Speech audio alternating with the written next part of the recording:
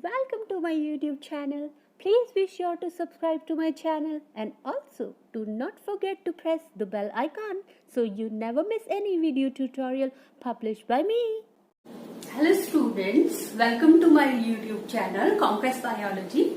In today's class, let us discuss a very important topic of plant physiology, which is photosynthesis. So I'm not giving much information about the process because everyone knows. I'm giving just a few points regarding photosynthesis, the reaction, chemical reaction, and one fact that this is the only process which can actually harvest sunlight and use it to make food molecules, which are carbohydrates. This is the only process, and it can be performed by only those organisms which have chlorophyll, like plants and some bacteria and all. So this reaction is also very common and famous. Everybody knows it. Carbon dioxide combines with water molecules in the presence of sunlight to give glucose, which is a carbohydrate, and oxygen is released. This is the carbon dioxide that we exhale, and this is the oxygen that we inhale. So now let us understand light. What is light? Sunlight. Because everything is based on sunlight over here. Because without sunlight, photosynthesis cannot take place. So let us have a brief idea of what exactly light is. Light can exist as both as a wave, electromagnetic wave, and a finite particle which is known as photon. Right? It has both the characters. Now let us understand what type of radiations exist. These are types of radiations.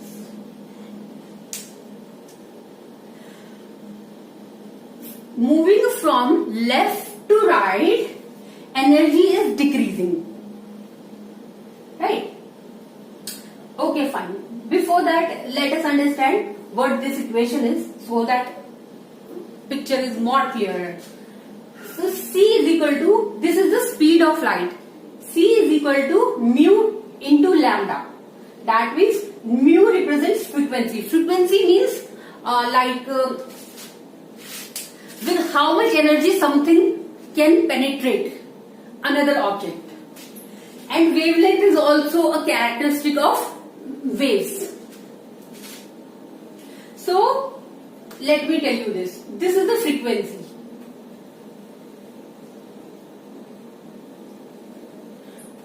Now here we will see this wave has less frequency. Sorry, it has more frequency. Because we can see 1, 2, 3, 4, 5, 6 troughs and crust over here. And this one has only 1, 2 and 3.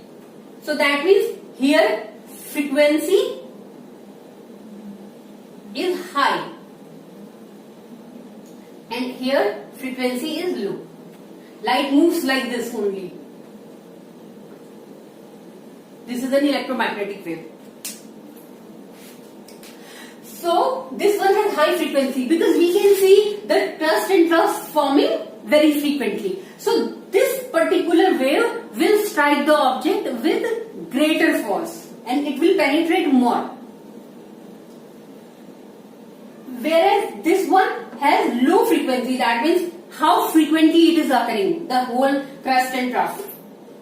It is occurring only thrice. Here we can say 7 times it is occurring. So that means it has high frequency, it has low frequency. So I hope it is somewhat clear because it's a topic related to physics basically.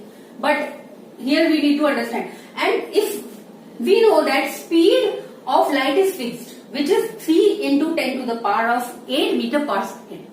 Right. So that means this is a constant. Now when we remove equal to sign, we keep this sign as directly proportional. Here frequency is inversely proportional to wavelength. We checked over here. Here when the frequency is more, then wavelength is less. If we will see, this is the wavelength. It is very less. But here frequency is less, but wavelength is high. So that's why these both are inversely related. I hope it is clear.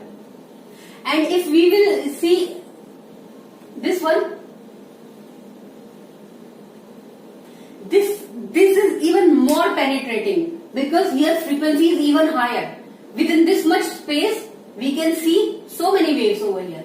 So here frequency is higher and wavelength is very extremely less. It's not even visible. So this is what happens in optic fibers, the internet and all we are using nowadays. They have very high speed because of this. Because they have high frequency and low wavelength.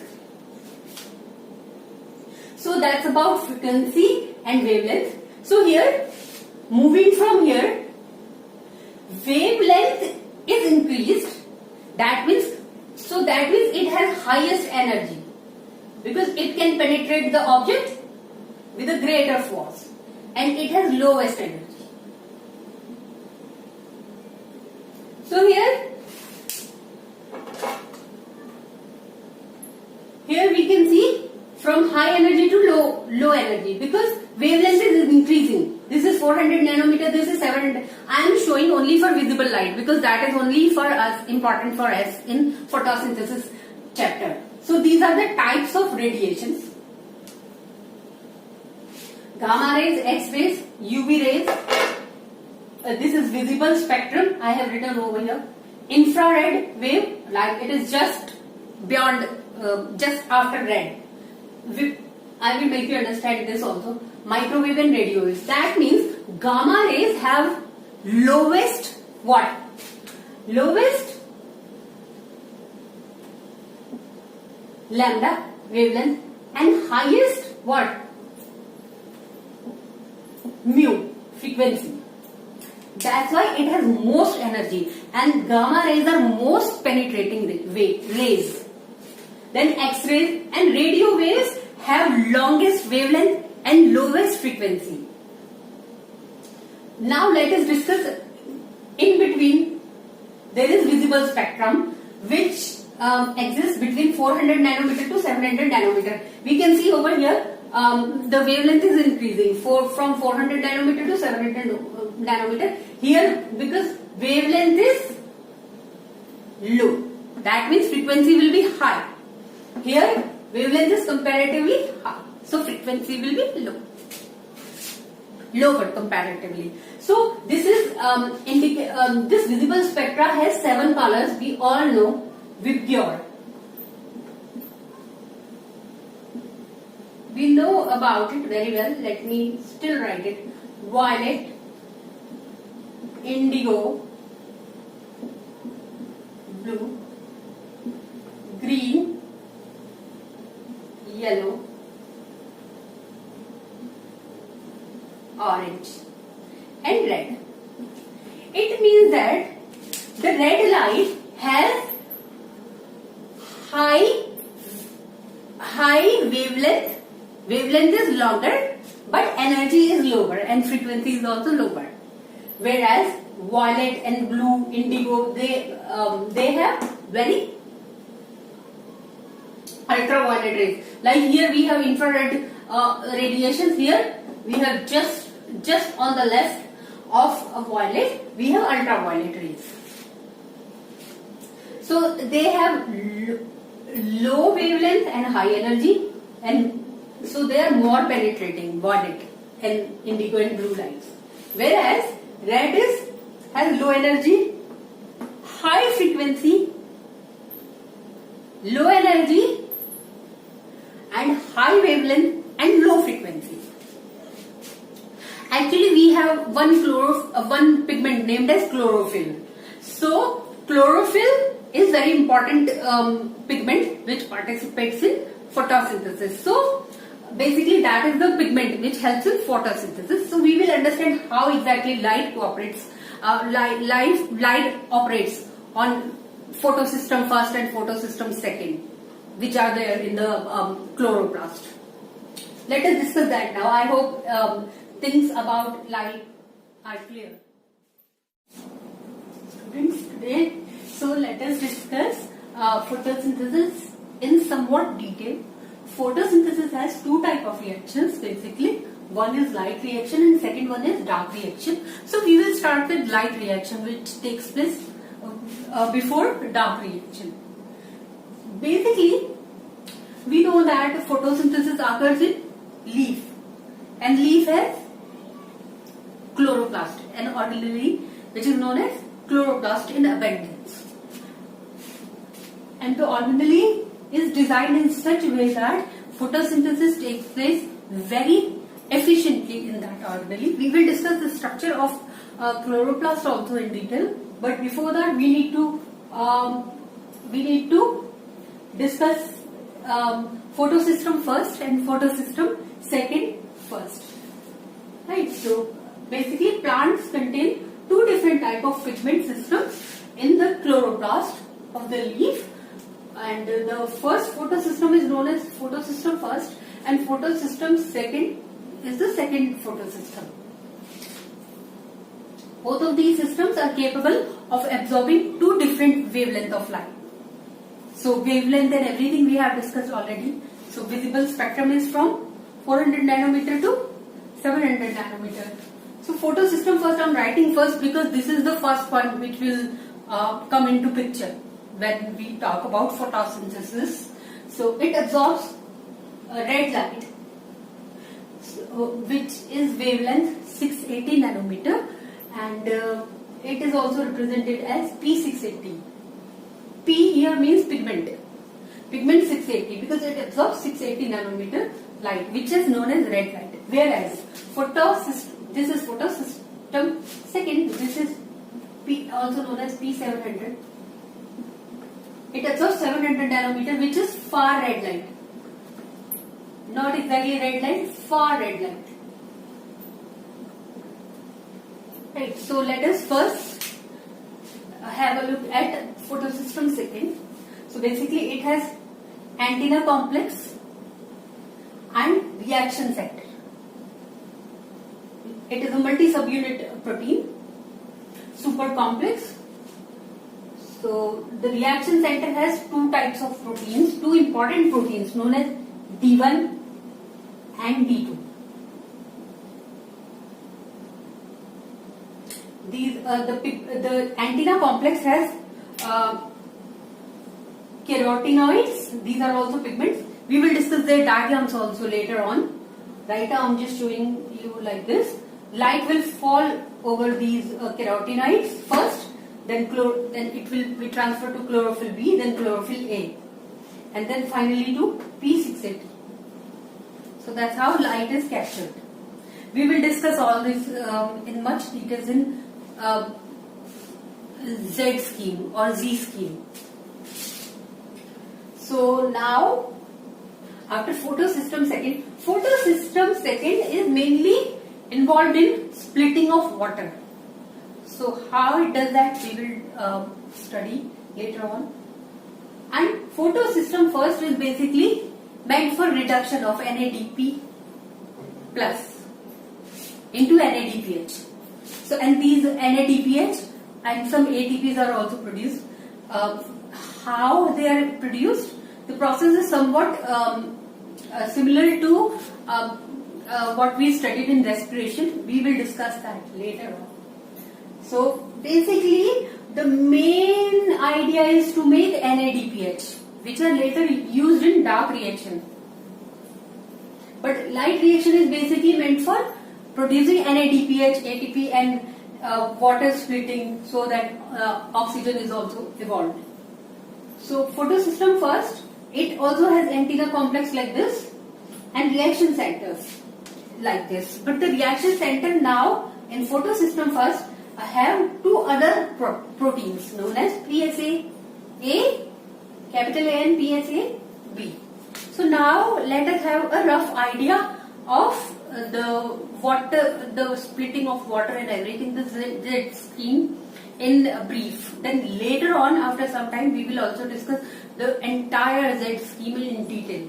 But right now I will just give an idea so that later on it won't be difficult to understand the entire thing.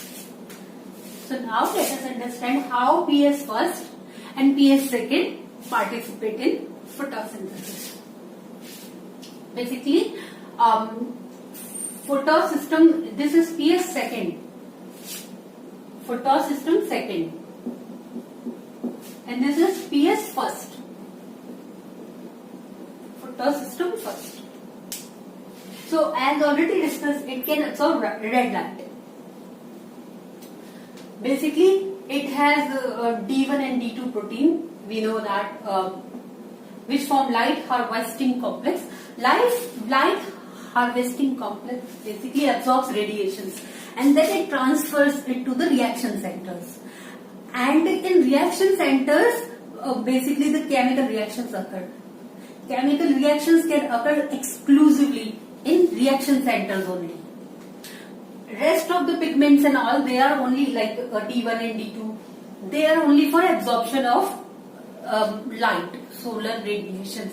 So they are also known as solar trapper or collector of light.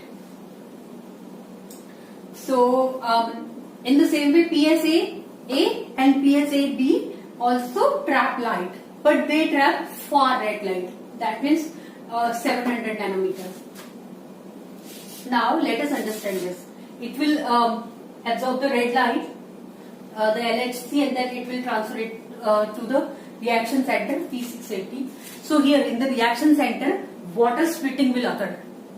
Water will be split and oxygen will be evolved. So this is also known as OEC, this center.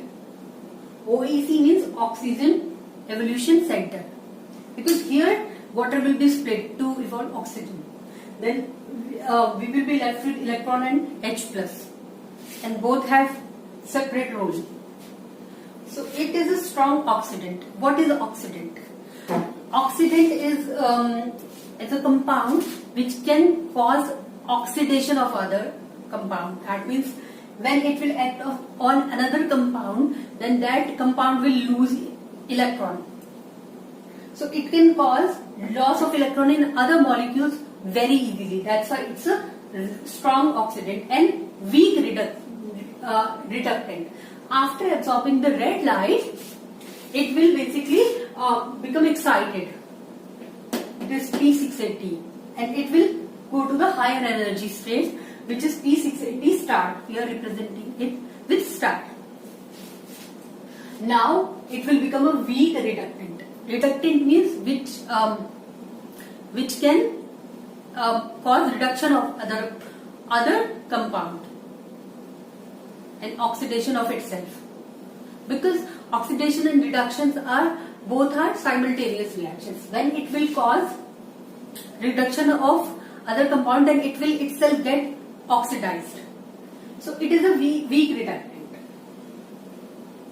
So it will transfer the electron through electron transport chain. We will understand this chain later on in very much detail.